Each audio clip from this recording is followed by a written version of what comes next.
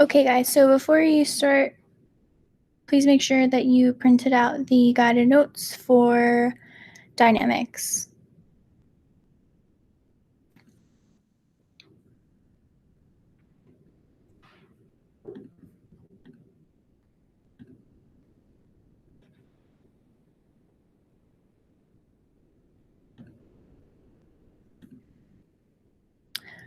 Which are in Google Classroom.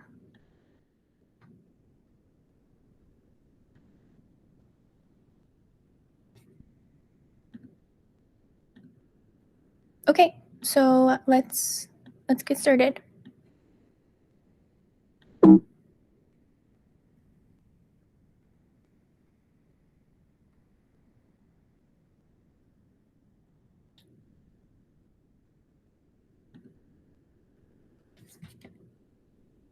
Okay, so to start out, we're going to be talking about dynamics, meaning the why of how objects move.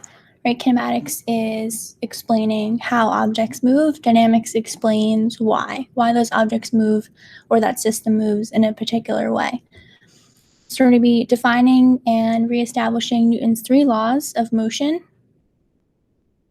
We'll be categorizing and talking about specific forces such as the force of gravity, normal force, tension, friction, the drag force, meaning air resistance, and then actually related to what we talked about today, the centripetal force, which we'll talk about again in our next class. Okay, so Newton's first law, we sometimes call it the law of inertia. It tells us that when there is no net force acting on a body, meaning that the sum or the net force acting on that system is equal to 0, that system does not accelerate. Acceleration is equal to 0. And that gives us two options. If the object is at rest, it remains at rest, meaning that the velocity is equal to 0. If the object is moving, it stays moving with a constant velocity.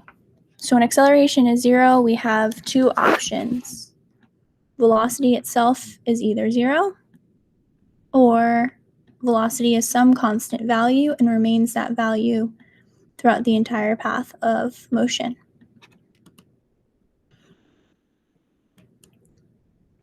We're talking about a system in which a net force is applied, meaning a horizontal or a vertical force is applied to that object, its acceleration is going to change. Okay, so remember that force is a vector quantity. It has both horizontal and vertical components. When we're finding the net force, we want the total force, meaning the x components squared plus the y components squared, square root of the whole thing.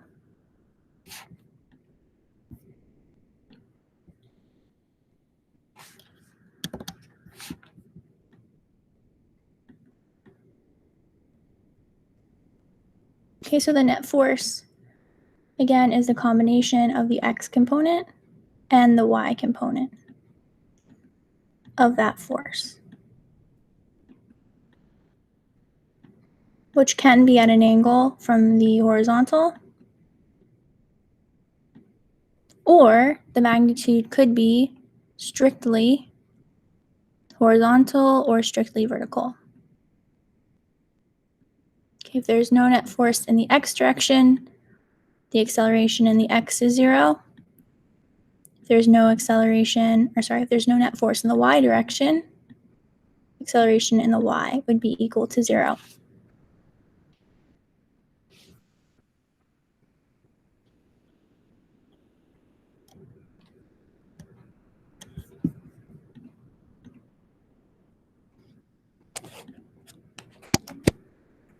Okay, moving right along. So our first example for Newton's first law, we have a heavy elevator can be lifted upward by a cable that exerts a force F sub c.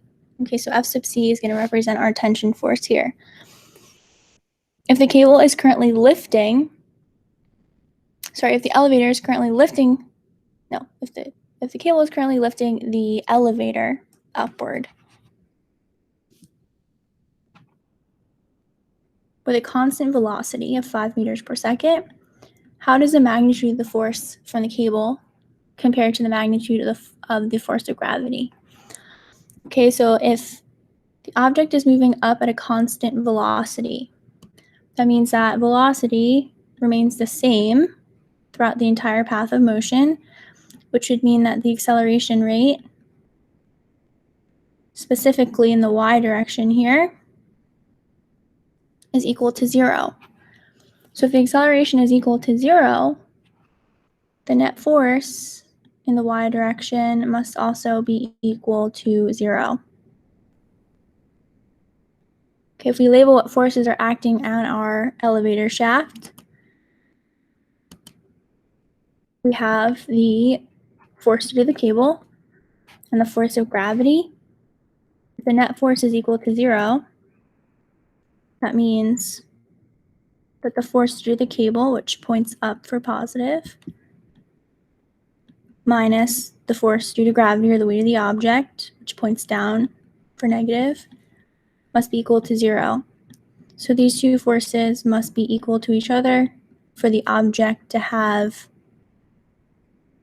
an acceleration of 0, meaning a constant velocity of 5 meters per second. So our answer choice here is C. The force of the cable must be equal to the weight of the object if the net force acting on the system is 0.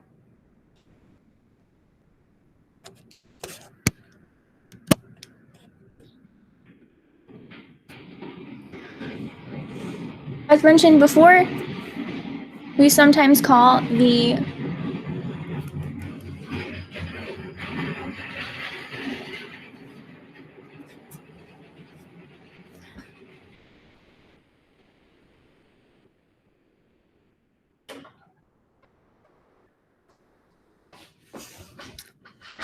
sorry about that, guys. We sometimes call the first law the law of inertia. Okay, inertia is the tendency of an object to resist any change in its motion, and it's related to an object's mass. Okay, so the more mass the object has, the more inertia it has. The more massive it is, the more it's likely to resist a change in that motion when a force is applied. Okay, so when we have more mass, we're going to have more resistance to changes in motion. And if we have more inertia, the object has more mass. Okay, so mass and inertia are directly proportional to one another. Newton's second law explains what happens when the net force is no longer equal to 0. So F net is not equal to 0. We have some outside force acting on our object, whether it be in the x or the y direction, sometimes both. We have to apply Newton's second law.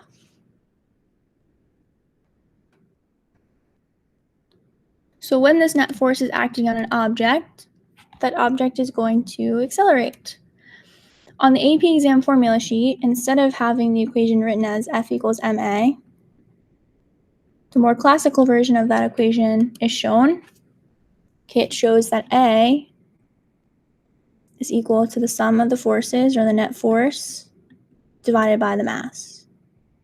Okay, so this is the version of the equation you'll see on the AP exam formula sheet.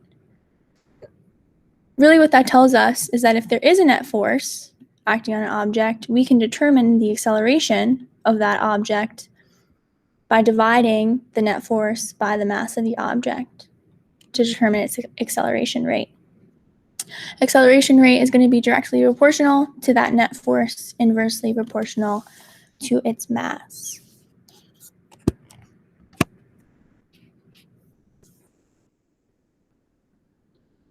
Okay, and net force is a vector, has x and y components, just like our acceleration, which we mentioned before. So both force and acceleration are vector quantities and should be treated separately in terms of horizontal and vertical components. Okay, so specifically to find acceleration in the x, We need to sum the forces only acting on that object in the x direction. So x components of a vector, we would isolate only those components. So we would isolate all of our first force over here is our horizontal component, and only the horizontal component of force 2 here. So if we wanted acceleration in the x, based on our diagram here, we would take F1, all of F1, because all of that force vector is in the horizontal or the x direction. And I would add the x component of F2, which would be F2 times the cosine of theta. Yikes, that does not look on the screen how I drew it. Give me a second. There we go.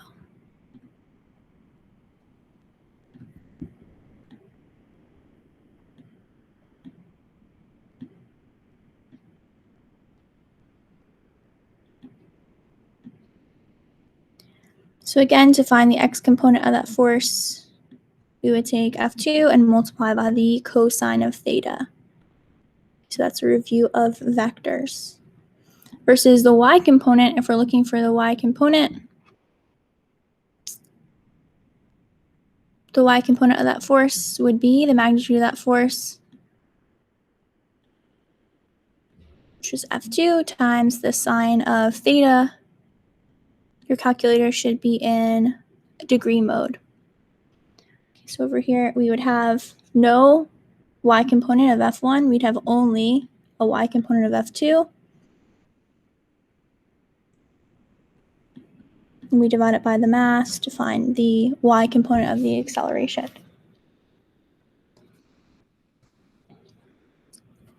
Okay, so quick example emphasizing those vector components. If we have a 5 kilogram space rock, which has only the listed forces below acting on it, what is the acceleration in the horizontal direction, the x direction? So we're looking for a sub x, an equation for a sub x is equal to question mark. Okay, so we have a vertical force of 15 newtons, another vertical or force in the y direction of 5 newtons. We have a 40 Newton force and a 10 Newton force at an angle. So obviously to find the sum of the forces in the x, I need to consider the x component of these two forces which have a horizontal component. All of this force on the left-hand side is along the horizontal. It's along the x-axis.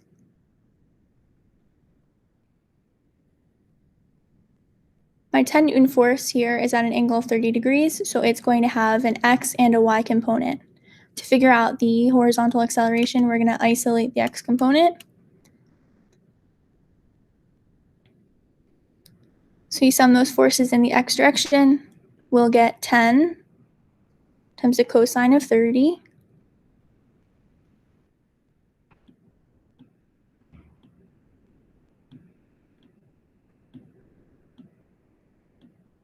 that's the length of this x component here. Call that F1 in the x. And we're going to add that, subtract that.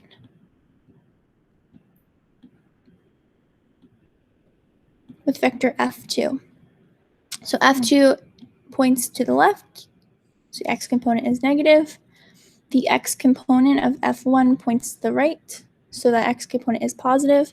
So I have a positive 10 times the cosine of 30 minus 40 newtons. To find the acceleration, we divide by the mass.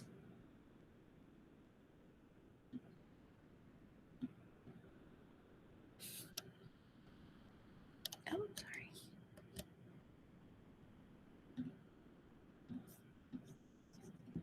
Let me make this look like a real equation.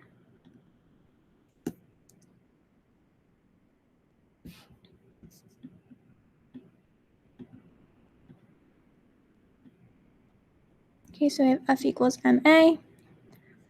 So we'll have 10 newtons times the cosine of 30 minus 40 newtons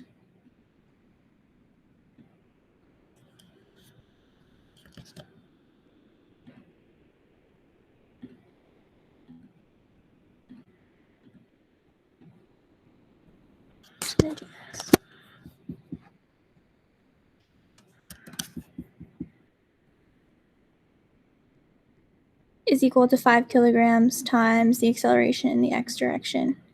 So to get a sub x by itself, I divide both sides by 5 kilograms. To get my expression,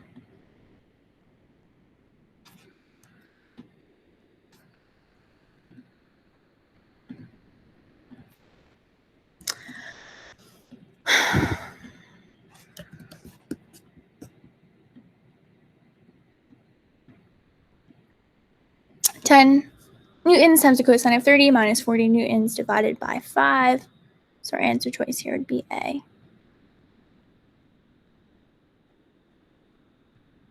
Okay, if we were looking for the y component of the acceleration, a sub y, what would our answer choice be?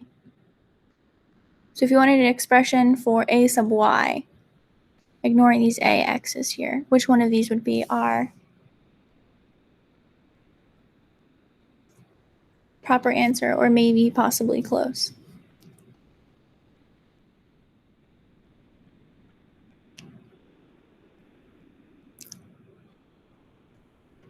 Okay, so technically here, right, we would have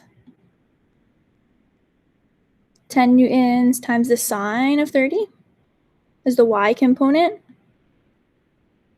of F1. And that would obviously be positive as it points up. 5 newtons would be negative as it points down, and 15 newtons would be positive as it points up. So if we were to select one based off of the y components, we'd have 10 times the sine of 30 plus 15 newtons minus 5 newtons divided by 5. If we were looking for only the y component.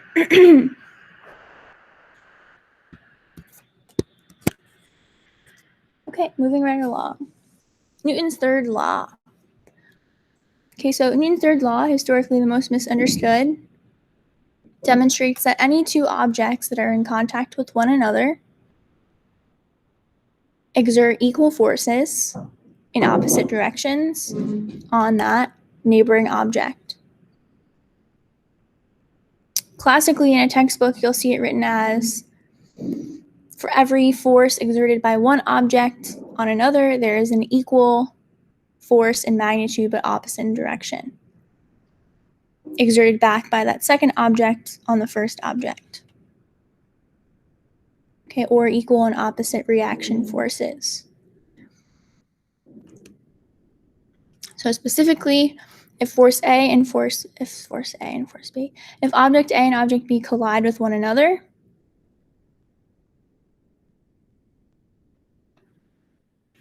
what's going to happen here is the force of object A on object B is going to be equal to, it'll have the same exact magnitude. Let's say it's 100 newtons. It's going to have the same force as object B on object A. So when you collide with a wall, you and the wall receive the same amount of force. The force is the same. The wall doesn't accelerate because it's more massive, F equals ma. The wall is more massive and the force is the same, it's going to have a smaller acceleration. The force on you, because you're less massive, you're going to have a higher acceleration. Acceleration is what causes the damage. The force exerted by both objects are the same. So anytime two objects interact, anytime two objects physically touch each other, the force exerted on one another is the same. A lot of times in the problem, they will give you information by framing it with the use of Newton's third law, just to test the fact that you understand Newton's third law well enough to realize that they're giving you information. So if they ask you for the acceleration of Tommy as he rebounds off the wall, when Tommy's mass is 70 kilograms.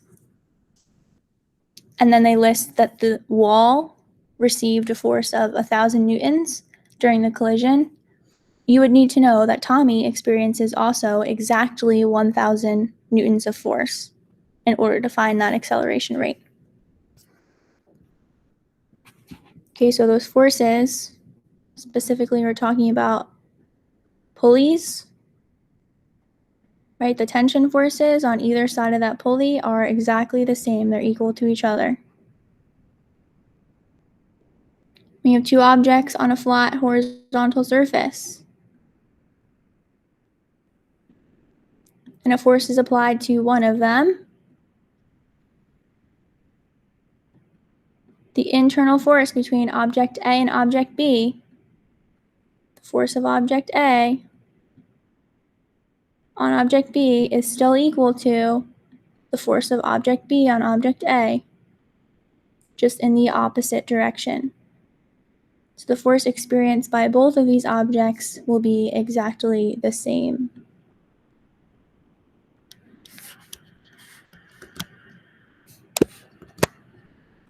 Okay, so let's try an example. A metal sphere sits on top of a box. Which one of the following are Newton's third law force pairs? Okay, so Newton's third law force pairs, meaning those two forces, they act on different objects. That's why they can't cancel out. They act on different objects. So they're present on separate free body diagrams.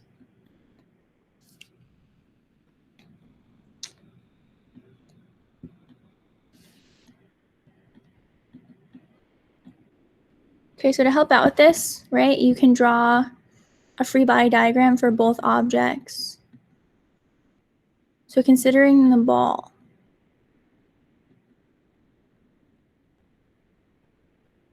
all objects cannot escape the downward pull of gravity. So we have the force of gravity acting on the ball.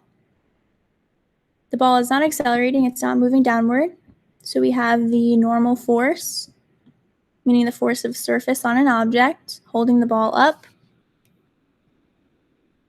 And in that case, that normal force is equal to the force of the box on the ball. Right, that normal force is provided by this box, force of box on ball.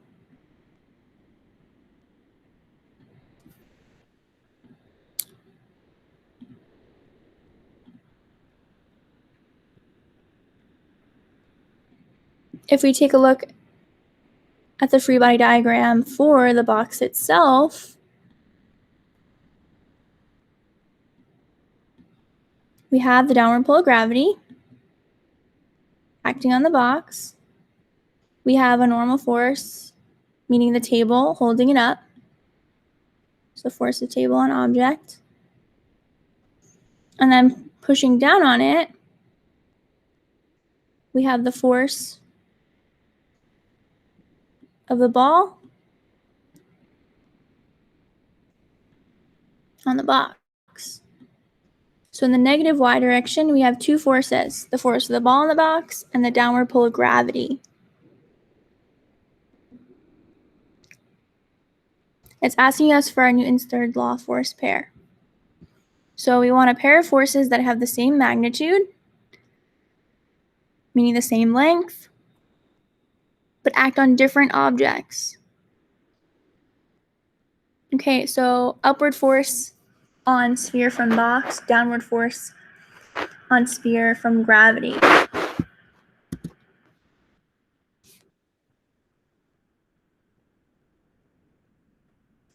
Option B, upward force on box from table, downward force on box from table.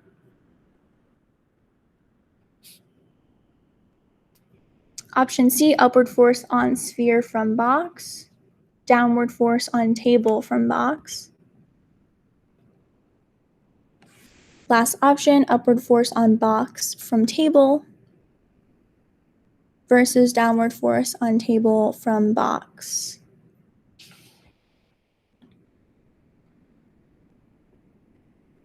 Okay, so our Newton third law force pair is going to be the force of the box on the ball and the force of the ball on the box, which gives us option choice D. Okay, so if we head through A, B, C, and D, A, both of those forces act on the sphere. They act on the same object. They can't be force pairs. Option B, same thing. Both those forces listed act on the same object. Can't be force pairs. Force pairs act on different objects and have the same magnitude. And C, we have an upward force on the sphere from the box. Okay, versus the downward force on the table from the box. So these two do act on different objects, but those two objects don't touch each other, right? The table doesn't touch the sphere. They're not interacting, so they can't be force pairs. If those two objects do not interact, do not exert a force on each other, they cannot be force pairs. Okay, and option D, we have force on box versus force on table, so they're acting on two different objects. And those forces are due to the interaction of those two same objects. So our answer choice there is D.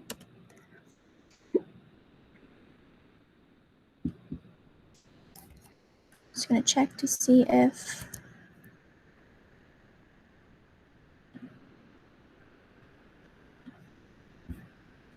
somebody joined us. No.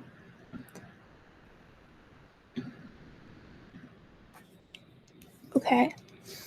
Next up, we have the force of gravity, also known as an object's weight. So the force of gravity is the downward pull of Earth's mass on other mass. Okay, so gravity is an attractive force. All mass is attracted to one another. All objects on Earth are attracted to the center of Earth due to Earth's large mass. That large mass causes a constant acceleration of 9.8 meters per second squared, always in the downward direction or towards the center of Earth. So always points towards the center of Earth, where we assume all the mass is concentrated. If we want to calculate the force of gravity or the weight of the object, we simply take that object's mass and we multiply by the gravitational constant. On the AP exam, they'll use 10 meters per second squared. Okay, the true value is 9.8 meters per second squared. And as we said, another term for the force of gravity is weight, which you will sometimes and commonly see abbreviated as capital W for the word weight.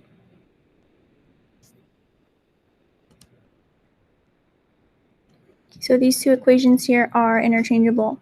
If you see W, that means mass times gravity. If you see F sub G, that means mass times gravity. Okay, example, the mass and weight of a watermelon are 5 kilograms and 49 newtons respectively on Earth. What might be the values of mass and weight of the watermelon when it is brought to the moon? Okay, so this question here is testing your understanding of the difference between what mass and weight are.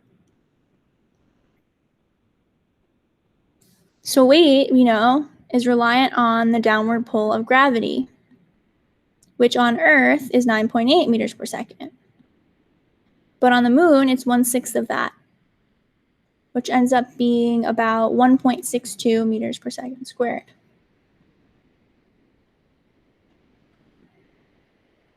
So drastically smaller value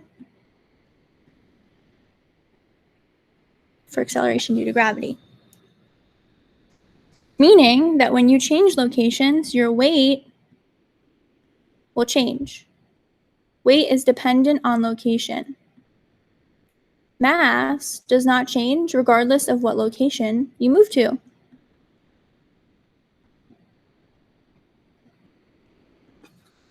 So if our watermelon is brought to the moon, what we expect is that the force of gravity, the weight will change, but our mass should stay constant.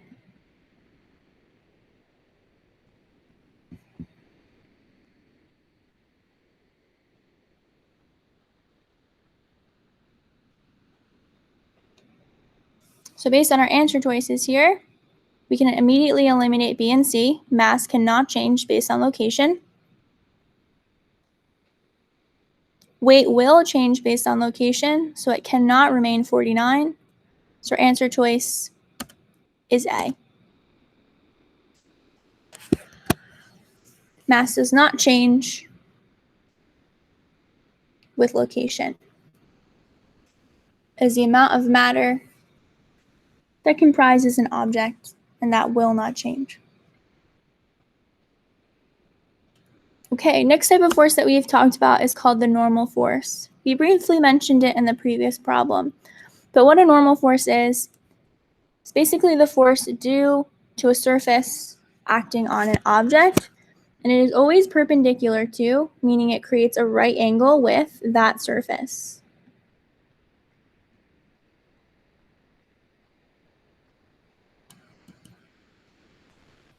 If we were to model those normal force vectors on the following situation, so here we have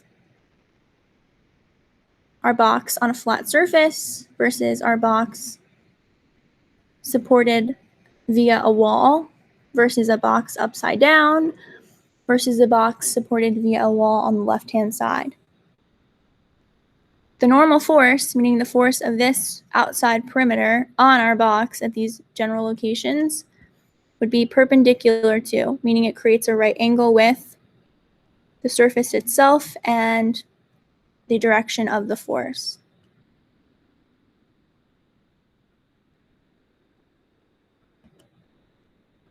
So regardless of where that surface is located, the normal force, the force of the surface on that object, exerts a force that is 90 degrees perpendicular from the surface itself. On an incline,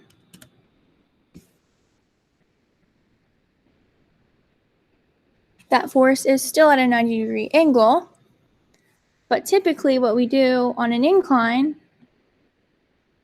is we take that surface and we transpose it, meaning we rotate it so that the problems and vectors are easier to manipulate. So I'm rotating this axis. I'm taking the axis and I'm rotating it whatever angle theta this is, so that my surface is now a flat horizontal surface. We say that the acceleration is completely horizontal, meaning along the surface. So the normal force vector would straighten out. My force of gravity vector, which was pointing straight down, would slide down and to the right-hand side, making an angle of theta, the angle of the incline, with the y-axis. We would say that F sub g equal to mg. Sorry. The x component of F sub g would be equal to mg times the sine of theta. Remember, x is always cosine unless the object is on an incline, meaning that angle theta is measured in terms of the y-axis. Okay, so this should be secondhand to you now. You should have this basically memorized from our previous unit.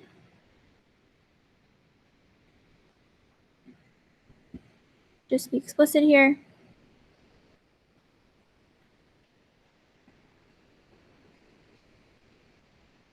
If our angle is measured in respect to the y-axis instead of the x-axis, we switch the trig function. So x becomes sine and y becomes cosine. So x is always cosine unless the object's on an incline. Sine slides. So sine will slide over and take cosine's place when the object is on an incline.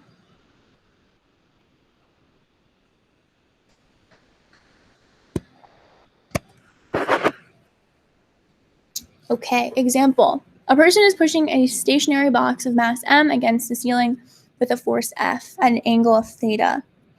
What is the magnitude of the normal force exerted on the box from the ceiling? So before we go over this one, I want you to pause the video and give this a try. See what you remember.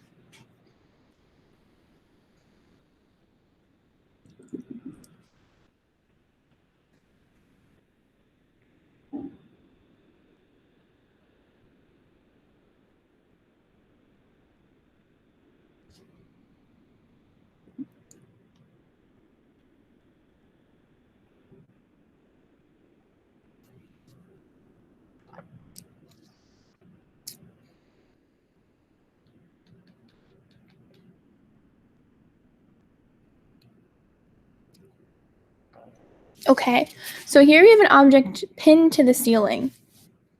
Pinned to the ceiling. So if we were to draw a free body diagram here for our box, here's its center of mass. Technically, we have the force of gravity still pointing down, the weight or the force of gravity. But technically the surface, right, the ceiling, would be pointing in the same direction. Right, that normal force would be perpendicular, would create a 90-degree angle with that ceiling. So both the force of gravity and the weight are pointing in the same direction. This applied force here is pointing up at an angle. Okay, and technically theta is measured in respect to the x-axis here. If this angle here is theta, that means that this angle here would also be theta, right? Alternate interior angles. We can see that's Z formation. So this angle here would be equivalent to this angle here.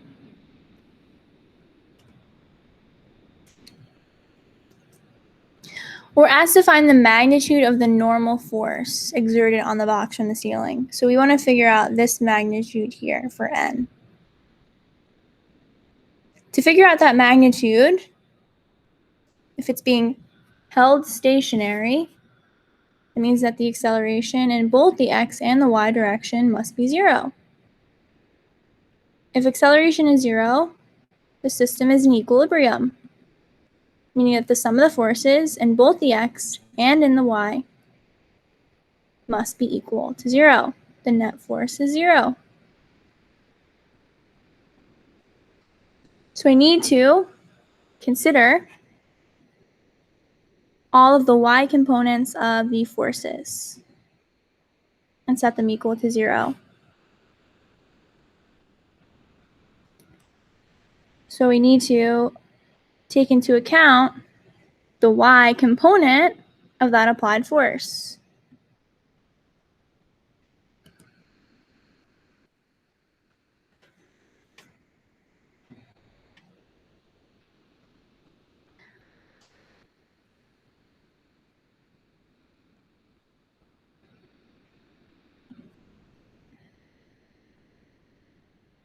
Okay. I'm going to draw it this way instead.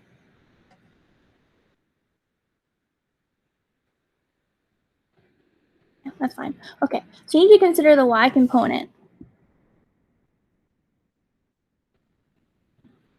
So what I'm mumbling about here is you can technically draw that y component here or here, regardless of where you draw it, whether it's in respect to the x-axis or in respect to the origin, it's still the y component of that force.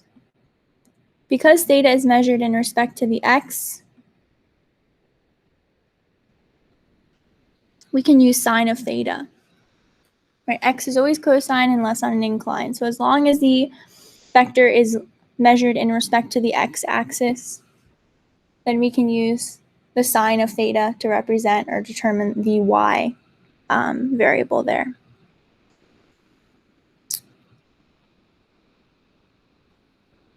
Okay, so the y component of this force is F, the magnitude of this vector F, times the sine of theta.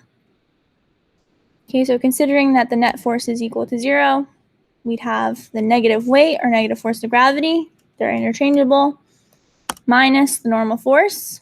Both of these point in the negative y direction.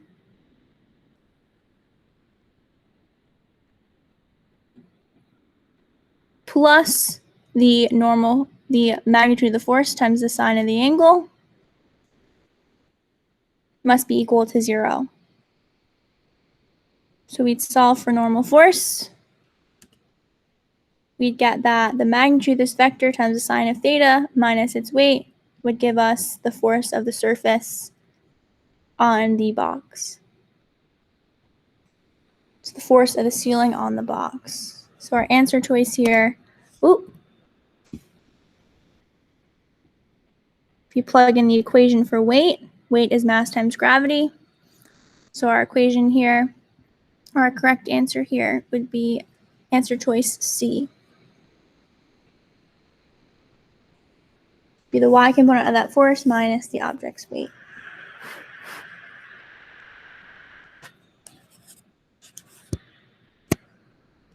Okay.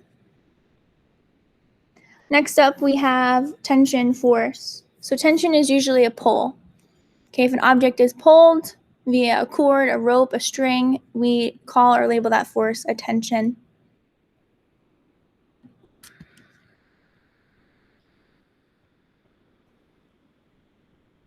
So force exerted by a rope, cable, string, or other rope-like object. We typically use a capital T to represent tension.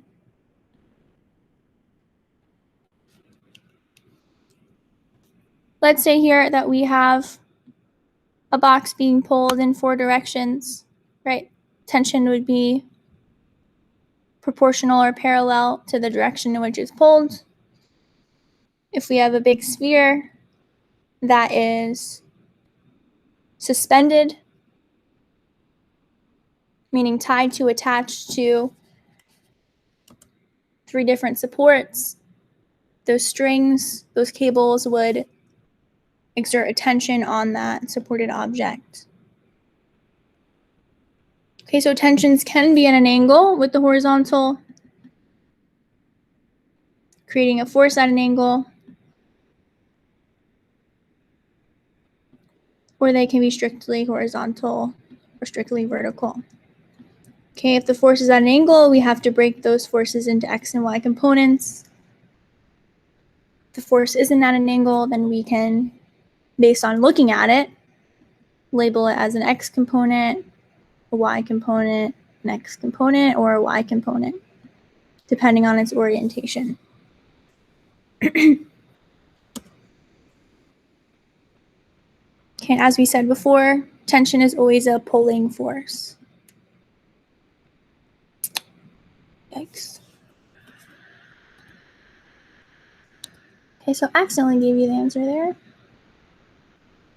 Let's see.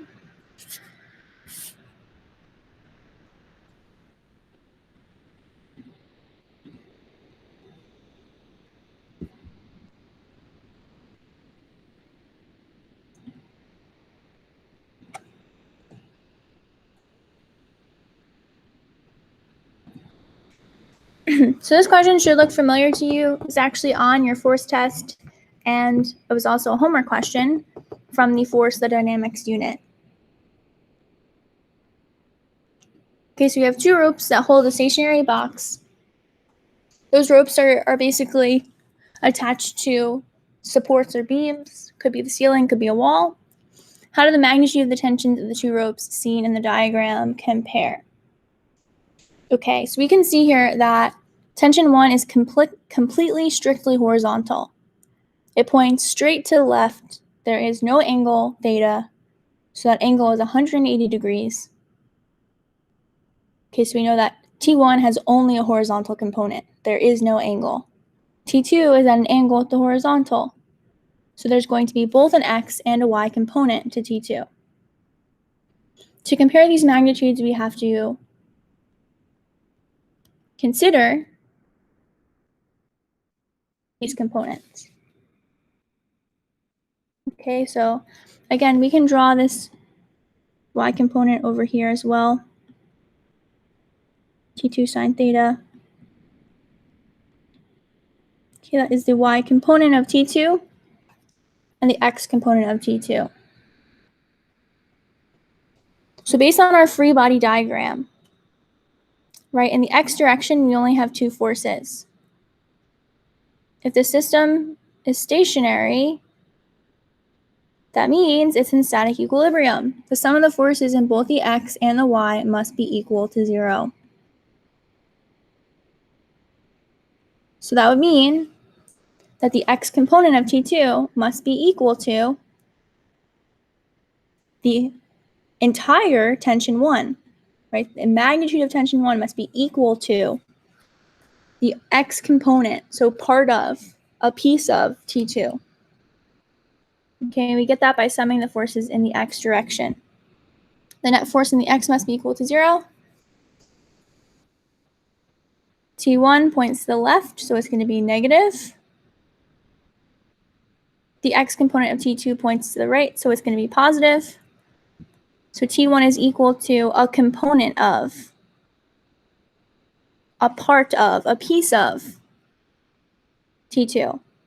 So that would mean that T2 itself, the magnitude of it, must be larger than T1, because just the y component of T2 is equal to the magnitude of T1.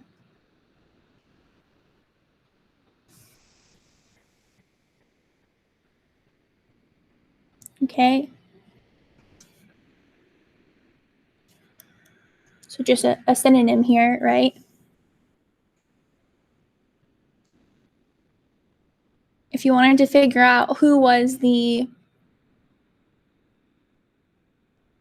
the most, right?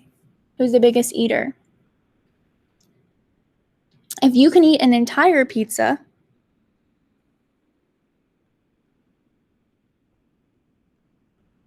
before eating a chicken parm, and your friend only eats an entire pizza, right? You are the better eater. Because your dinner, half of your dinner or a portion of your dinner is the pizza. So if you can eat both the pizza and the chicken parm, that means that you can eat more. So if only one component of T2 is equal to all of T1, then T2 has to be greater than T1. So our answer choice here would be B. T1 is less than T2, meaning that T2 is larger than T1.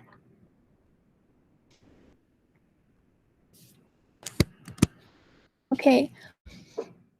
Next up before us we have friction. So we'll talk about static and kinetic friction. So our relation here, we talked about static character traits versus static friction. So in English class, you talk about characters with static character traits as those who have traits that don't change. So static friction means that the object is stationary, not moving. Its position doesn't change. These specific equations are not on your exam formula sheet. On your exam formula sheet, you have this version of the equation. You have to know when to use that equation and how to decipher between static and kinetic friction. So you're given the general form of friction. Friction is fun, right? F for the force of friction, mu for the coefficient of friction, which kind of looks like a U, and N for the normal force. So friction is fun. This is a good way to remember it. Okay, so static friction is a force that a surface exerts on an object to keep it from slipping. So to keep that object stationary. So when an object is experiencing static friction, that means that there is no velocity, or that velocity is constant.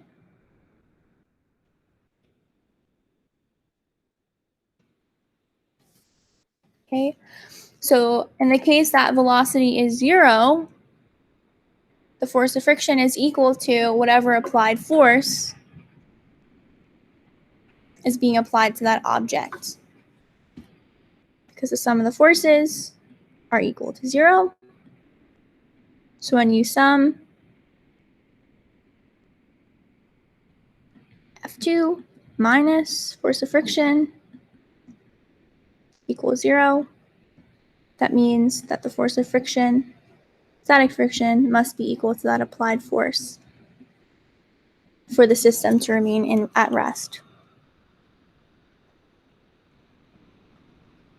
In order to get that object to move or to slide, this applied force must be larger than the magnitude of the frictional force.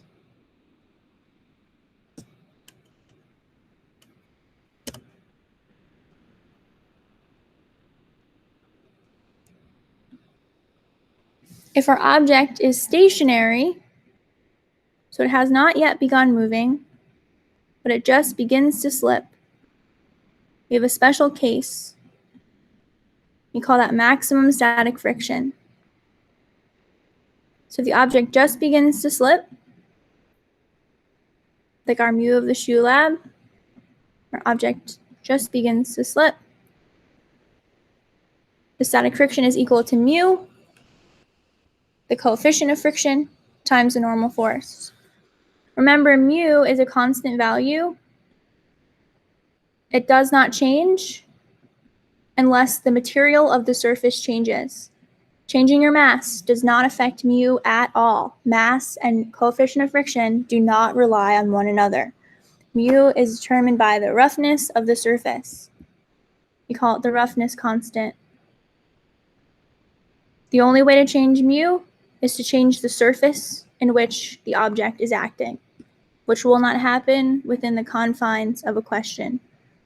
It might happen from problem to problem, but not within a single question. So mu is always constant within that defined reference frame.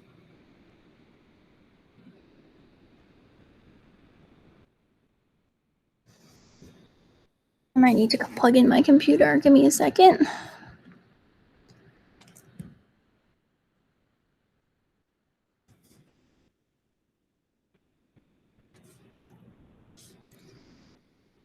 Yes.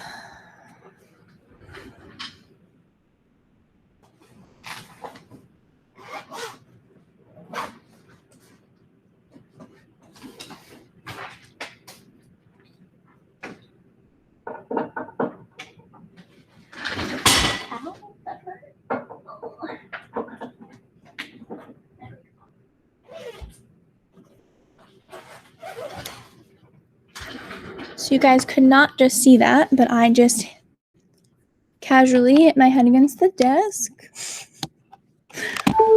Oh geez, so that was what that sound effect was. No big deal. I'm okay.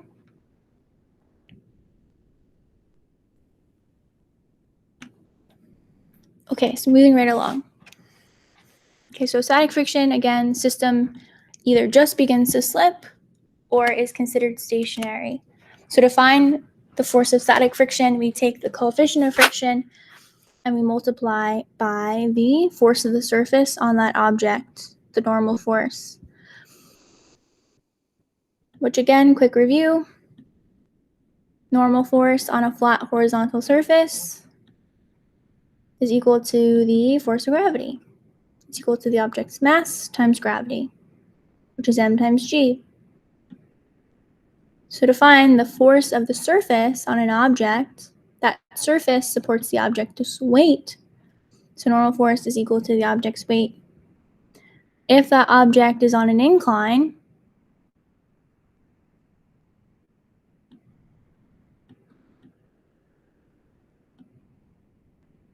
the normal force is only equal to a component of its weight, particularly the y component. When an object's on an incline, it has two components to its weight, the x and the y component. On an incline, the normal force is equal to the y component. Remember, x is always cosine unless on an incline. So the y component is going to be mg. It's on an incline, so sine of theta. Oops, sorry, cosine of theta.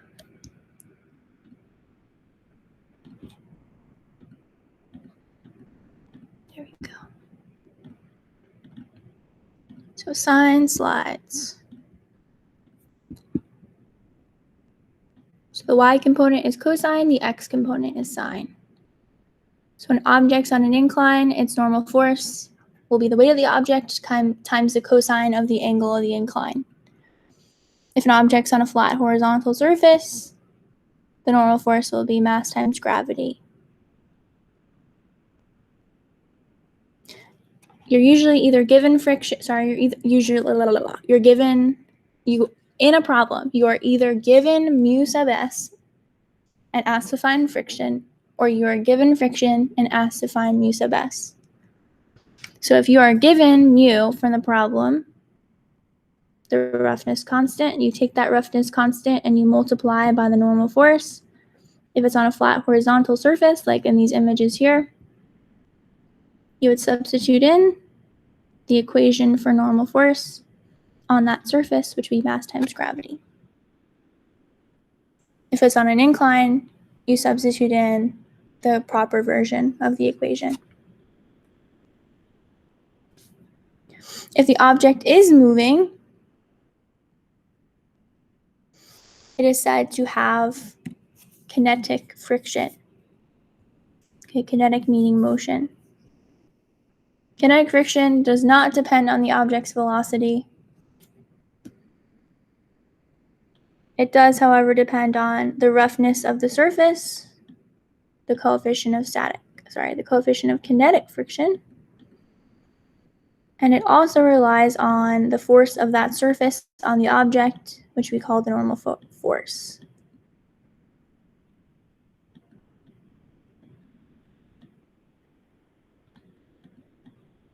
So again, friction is fun. Friction equals mu times normal force. F-U-N. Friction is fun. Okay, so in the situations in which the object is moving, it has a velocity. The force of friction is going to be larger than the applied force. The applied force will be larger than the force of friction.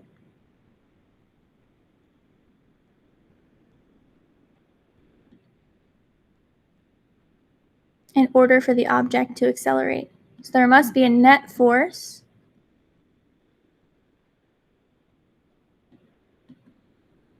here. Yikes.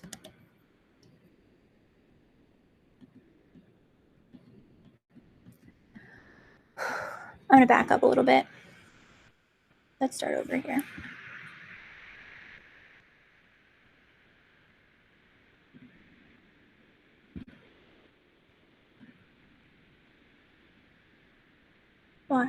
How do I erase this? There we go.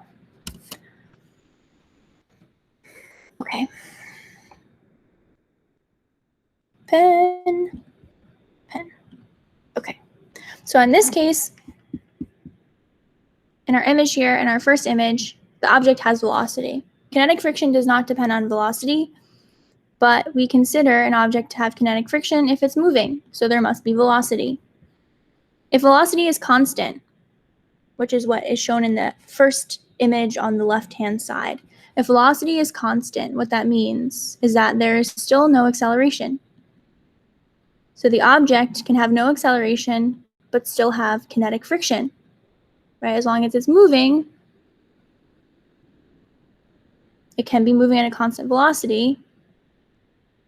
It still has kinetic friction acting on it, which we still take mu and multiply by normal force. What that tells us, however, is that the magnitude of that applied force would be equal to the force of kinetic friction if velocity is constant, because that means that acceleration is zero. If acceleration is zero, we know Newton's second law tells us that the net force acting on the object is also zero. So the applied force will be equal to the force of friction. If the applied force is larger than the force of friction, if F is larger than the force of kinetic friction, that means that the object accelerates. Acceleration is not equal to zero. Okay, the larger the applied force and the smaller the amount of friction, the larger the velocity.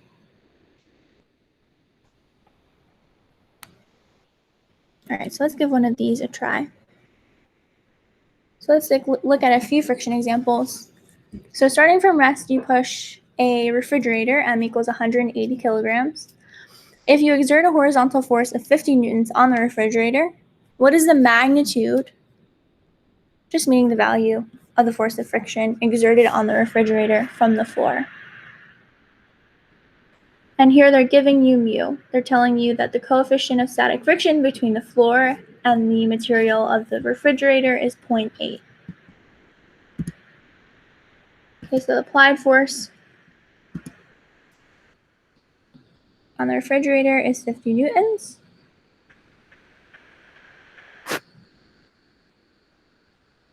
We're looking for the static friction.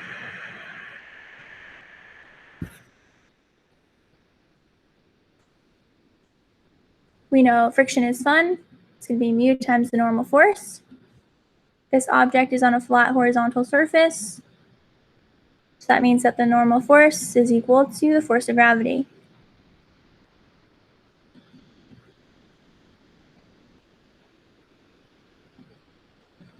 Here's our free body diagram. Lowercase f for friction, capital F for applied force.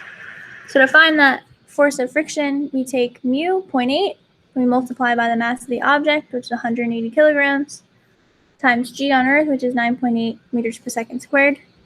We get that the force of friction, 1,411 newtons.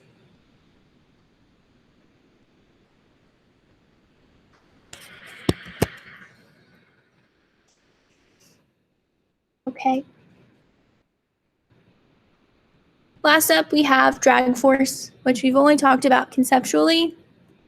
The equation on the next slide we can ignore. It's not on the AP exam.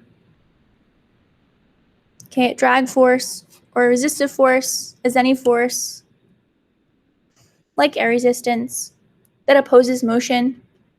So when an object moves through liquid, gas, any medium such as air, that drag force is going to oppose motion.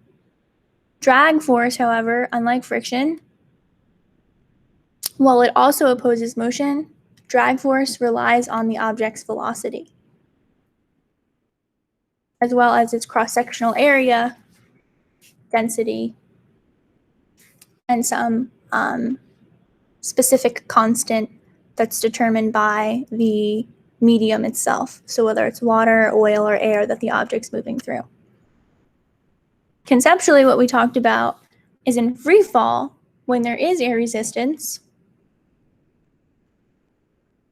we have a specific portion in which the object stops accelerating. So we know that in free fall, objects accelerate with a constant 9.8 meters per second squared as they approach the ground. If air resistance cannot be ignored, there is a drag force that results due to those air particles colliding with the object. As that object's velocity increases, the force of air resistance, meaning the drag force, also increases. It's either related to the velocity linearly, meaning a factor of 1, or v squared. So it either increases, basically it'll quadruple when velocity doubles, or it'll increase by 1 factor when velocity increases by 1 factor. Okay, and that depends on the situation. A little beyond the scope of our class. But what you should know is when an object drops from rest, it starts out with an acceleration of 9.8 meters per second squared. When there's no velocity, there is no air resistance, there is no drag. So the only force acting on that object is a downward pull of gravity, which we call the weight of the object. A few seconds later, velocity is greater than 0, we'll have drag force. So we'll have some drag force due to the object's motion. As time increases, the acceleration is going to decrease. As velocity increases, the amount of air resistance increases, meaning that the net force, weight minus the drag force, is going to decrease If net force decreases, acceleration decreases. So eventually we get to the point where the velocity is so large that we reach something called terminal velocity. So when an object has fallen far enough through the air, the weight of the object and the force of air resistance on that object are equal to each other, meaning that the net force acting on the object is zero. The object begins to fall at a constant speed. We call that terminal velocity. Terminal, again, means final. Right? If you have a terminal illness, it's the final illness before death. So terminal velocity is the constant velocity, the final velocity before the object hits the ground. Okay, so at the point where the drag force is equal to the weight of the object, we say that object has reached its terminal velocity. So our velocity versus time graph would show the velocity is increasing, but at a decreasing rate. So we'd reach some asymptote of a constant terminal velocity. So we'd start out with a velocity of 0, and we end with just approaching our terminal velocity. So velocity would be increasing, but at a decreasing rate.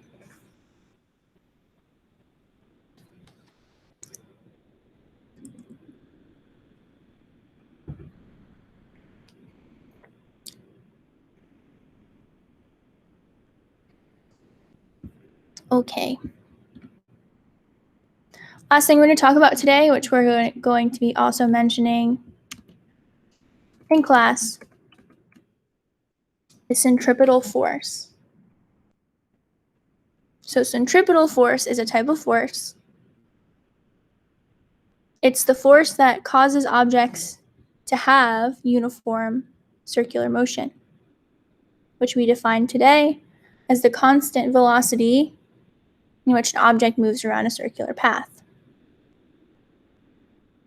So we need a constant force for that to occur, for an object to exhibit uniform circular motion. For it to move around that path, it must have a constant force.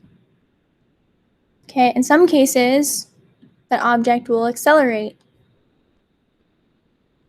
This centripetal or center-seeking force causes center-seeking or centripetal acceleration. So as we stated today, an object has tangential velocity, a constant tangential velocity regardless of where in that path of motion the object is related. If that force were cut off, like the lip or the rim of the plate, that object would continue to move along that tangential velocity vector, which would be in a straight line from or tangent to that circular path. This object moves with this type of motion due to a constant center-seeking force, which causes acceleration.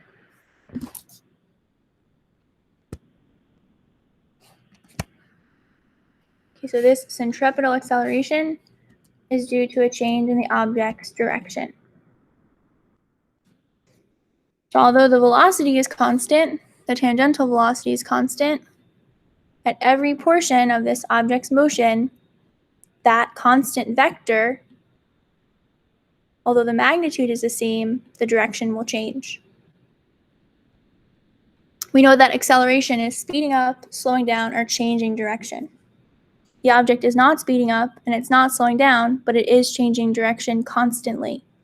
So that requires a constant force, which causes a constant or center-seeking acceleration. So to find that centripetal or center-seeking acceleration, we call it centripetal or center-seeking because that vector points directly to the center of the circle.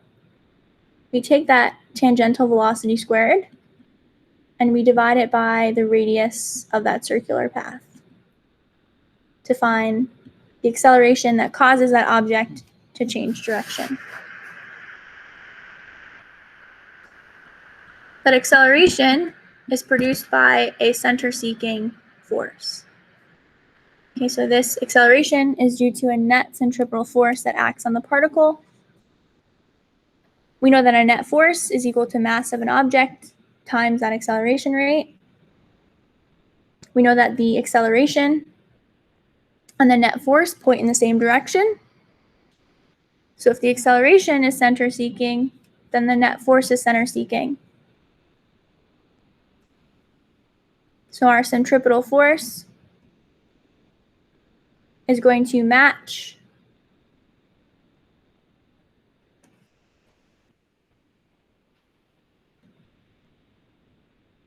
the direction of the center seeking acceleration.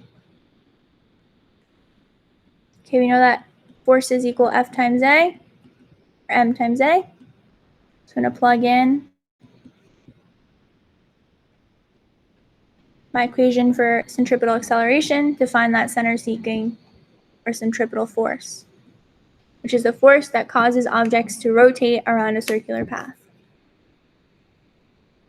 We take the object's mass, we multiply by its tangential velocity squared, and we divide by the radius of that path. These centripetal forces can be caused due to a number of things, okay? And the examples we looked at in class, in the case of a stopper, it would be the tension.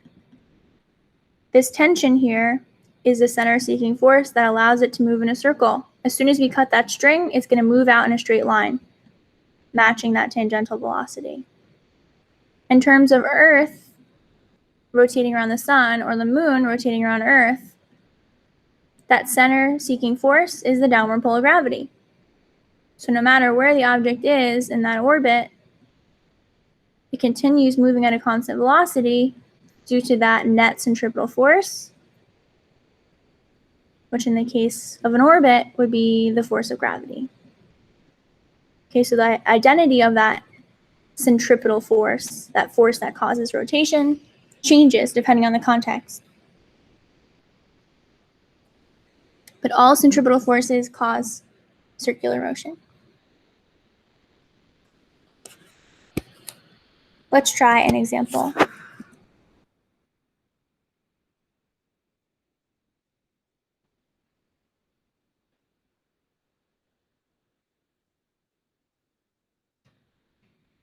Okay, so as I just summarized before, centripetal force is the net force.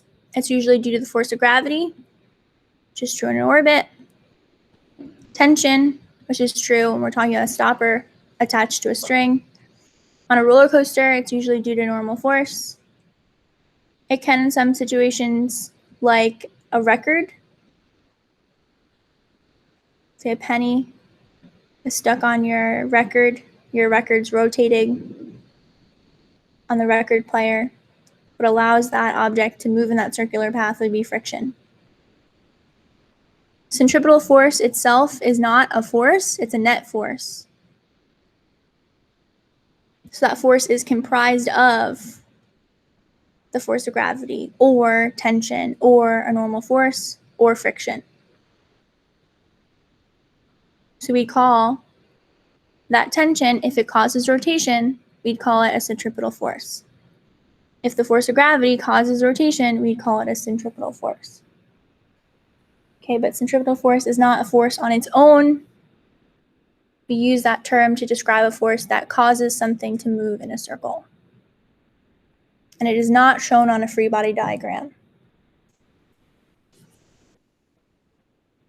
Okay, so for example, you have a ball of mass m rolls over the top of a hill of radius r with a speed v. At the top of the hill, what is the magnitude of the normal force exerted on the ball by the road? Okay, so if we draw a free body diagram of our ball at this point here, we would have the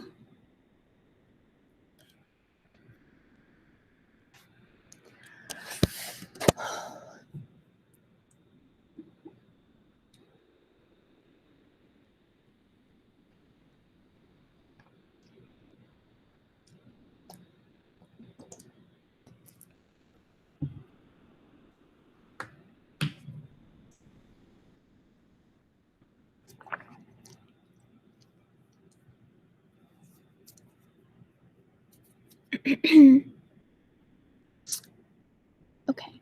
So we draw a free body diagram of this ball here at this point here at the top of this hill. The hill exerts a force on the ball, right? That force is perpendicular to that surface. We call that the normal force. Force of gravity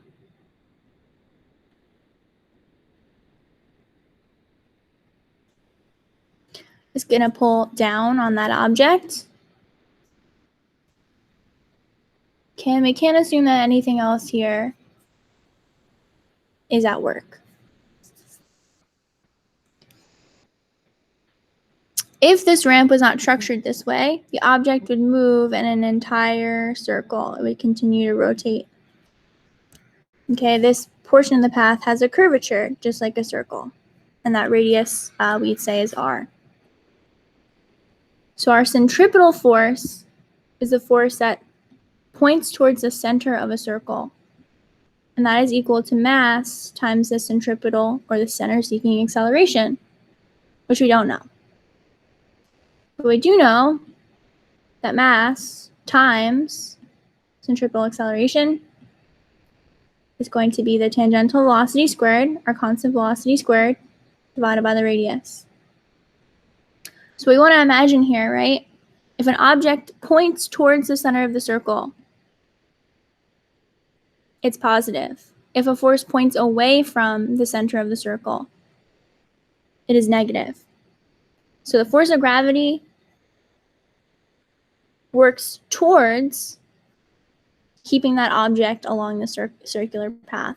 The normal force is opposite to, in the opposite direction of, the center of that circle. So we would say that normal force is negative and force of gravity is positive, because force of gravity adds to that center-seeking acceleration, and normal force opposes that center-seeking acceleration. So we would have F sub g is positive minus the normal force would be equal to the mass of the object times that. Just going to erase this to show it a little bit better.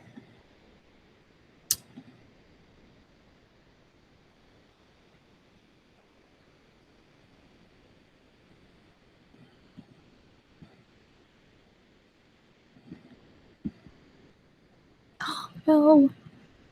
There we go. Times that tangential, that constant tangential velocity in respect to the radius. Okay, so simplifying a little bit, we know that the force of gravity is the mass of the object times 9.8 minus F of n, which we don't know, that's what we're trying to find an expression for, is equal to the mass of the object times its tangential velocity squared divided by radius. So we solve for the normal force, we get mv squared over r minus mg is equal to negative F of n. If I multiply both sides of the equation by -1, we determine that the magnitude of the normal force would be equal to mg minus m times v squared over r.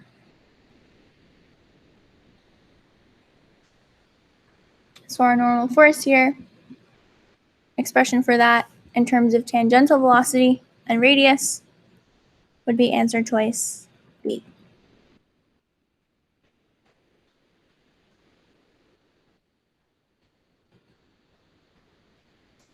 Okay, so that is it for the dynamics review and basically an expansion here. Okay, I suggest that you take a look back at your dynamics test and the study guide in preparation for the AP exam. Please feel free to reach out to me with any questions, and have a good rest of your day.